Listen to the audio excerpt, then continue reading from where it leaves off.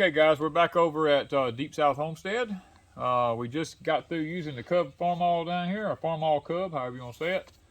We bedded up the rows. I put in 8-24-24 because you don't want a high nitrogen on sweet potatoes. You want a very low nitrogen, and you want high P and K. You want your phosphorus and all to be extremely high because it's a root crop. Now I don't know if we will actually fertilize these again, because I really dumped it to them in the ground. I dumped it about 6 inches to the side of where we're going to be planting. Pretty heavy, and just simply because I don't know if I'm going to have time to ever plow them again. But what we're going to be planting here, we have 3 varieties here from Hoss Tool. We have the Beareguards, the Georgia Jets, and the Covington. The only one that we've ever really planted here has been the Beareguards. We've never planted the Georgia Jets or the Covingtons.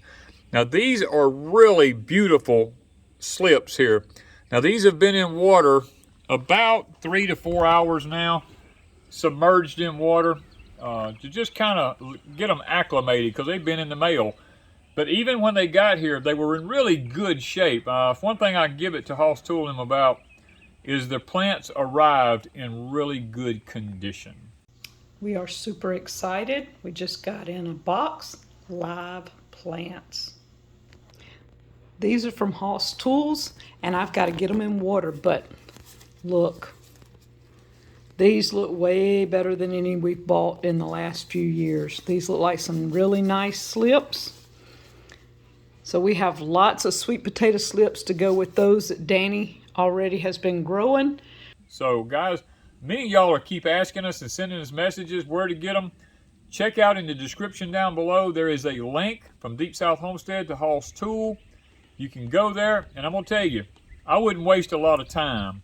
Even if I had to get them and put them in a container of water and just leave them in it for a week or so, or 2 weeks even, till you had time to plant, because I'm going to tell you, they're going fast. Okay guys, this is what we got right here. We are actively trying to grow as many sweet potatoes as we can. Last year we actually ran out. Now we have the Beareguards, the Georgia Jets, the Covingtons, the Murasaki, how you say that? Murasaki or something. Japanese purple skinned sweet potatoes. I've never grown them before. They're at Pecan Grove. We also have the Mr. Owl potatoes that y'all seen me grow, the Evangalines. We have the white sweet potatoes that I've had here for years. And we actually have another variety that's just a mixture white. We don't know what they are. They're just good sweet potatoes. Now we have all these varieties growing. Oh, we have the purple too over it. Oh, I'm sorry, at Pecan Grove. We do have the regular, I don't know what the name of them are. They're just purple sweet potatoes. You ever get them started, you can't get them stopped. I mean, that's just one thing. They just keep coming up year after year. If you just leave a piece of them in the ground, they keep coming up. So we have those over there. Not many, maybe half a dozen plants. But the mission here today is to get as much of this planted in sweet potatoes. Now I want you to know I've got this bedded up really good, because these are some long, beautiful slips, and I want to get them as deep in the soil as I can. And guys, let me just mention here, I do have a manual that I've wrote on growing sweet potatoes, and yes, I grow my own slips, but because it's against the law now for me to sell you my slips anymore because of you know who stopping me from doing you know what, then I have stepped out on a limb and purchased from Hoss Tool to show you guys that you can buy your slips and you can still grow good potatoes. So we're going to take the Hoss Tool ones and we're going to get them in the ground and we're going to grow potatoes this year, guys. So if you want to know how to do it on your own, go check out my manual. It's at deepsouthhomestead.etsy.com. Along with it, you'll find a carrot manual that I've wrote, English pea manual that I've wrote on how to plant them and grow them, all the ins and outs on them. So without any further ado, guys, let's get out here and use the old faithful forked stick from the woods like my daddy raised me. Now you don't want one that's got a real sharp V in it. You want to find a stick that's got kind of a wide crotch in it right there. And you want to just kind of like point the ends off on it there and get it a comfortable height for you. Me, I'm kind of tall. This is comfortable for me. I can reach up and just push in the ground like that. No bending over on the old back when you get older. So let's get to planting potatoes. And if y'all wonder, Danny wasn't hitting me with that stick. He's just swinging it I'm just over swinging and it over. And you know, Miss Wanda's another 3 or 4 feet from me. But it did look like you were swinging like at I was me. trying to smack her with Yeah, a stick. it did look like that. So plant these sweet potatoes. Let's see what we want to plant here first. Let's start off with these Georgia Jets. Let's start with those. Guys, I got these from Hall's Tool, and I trust Hall's Tool, you know. But nevertheless, see these little ends here on here like that? If there happens to be a disease in this stuff, it's going to be right here in the first inch of this. So I'm just going to take my pocket knife. Let me get outside my garden here where it'll dry up. Put it in the road. Put it in the road out here. We're going to get rid of them. We're going to make it look like that. There we go. Because we didn't cut no roots off. We just cut the end off that was hooked to the tater.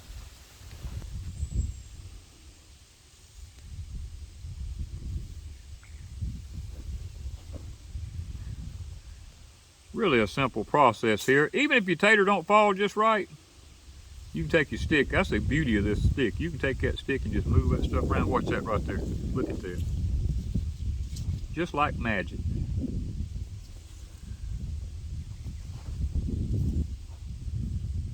You want to come up a little off the end right there.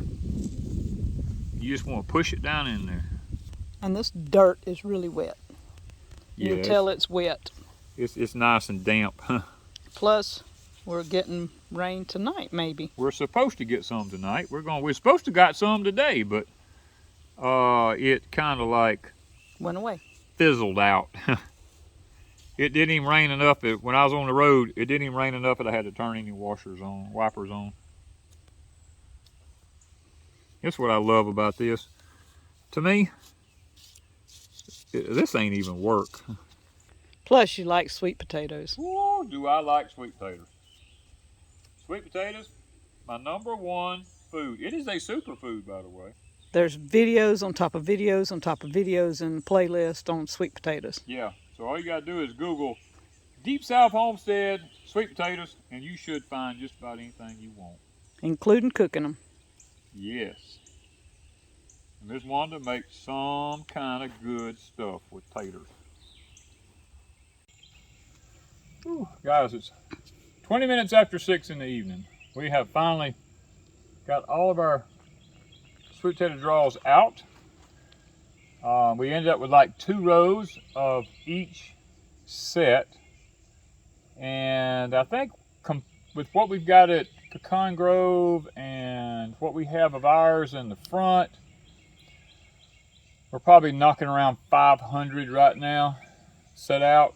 And ours are still Cadillacing. They're still making sweet potato slips. So we will be filling in any spots, like we've got a few rows up here.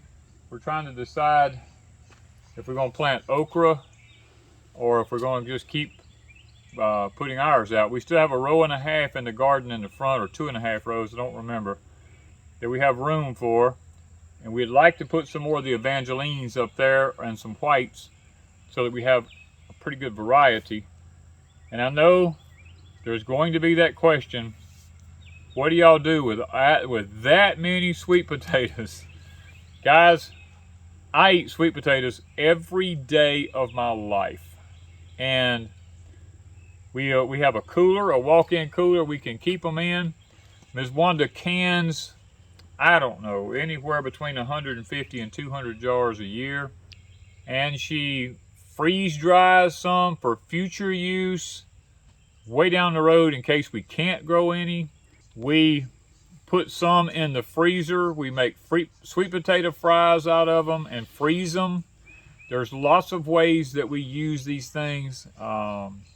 She uses them to make me a sweet potato dessert at least 2 to 3 times a week. We eat baked sweet potatoes. I mean, just about sweet potato pies, anything like that you can think of, we eat, because sweet potatoes technically are a superfood. You could technically live on sweet potatoes. I mean, they are that and you nutritious. Do. And yes, I almost do. So, guys, I hope that y'all will go check out Hoss Tool. Check out the description below. We have a link down there. Go use it, and check out our Etsy store, deepsouthhomestead.etsy.com. I have a sweet potato manual there. We have sold many, many, many of them to people all over the country. People have wrote us back, emailed us back, thanking me and Ms. Wanda for having put that manual out there, because it tells you how to grow your own slips. It tells you exactly how to plant them. I mean, everything you need to know about sweet potatoes is in that manual. So, I guess it's time to start watering and getting these all watered in before dark. If we don't get them before dark, we'll be out here at daylight in the morning getting it. And time to go get a bite to eat, because we've been doing this all day long. We've gardened at Pecan Grove. We've done electroculture over there. We've done lots of other things over there that you'll see that on Patreon, I'm pretty sure. Guys,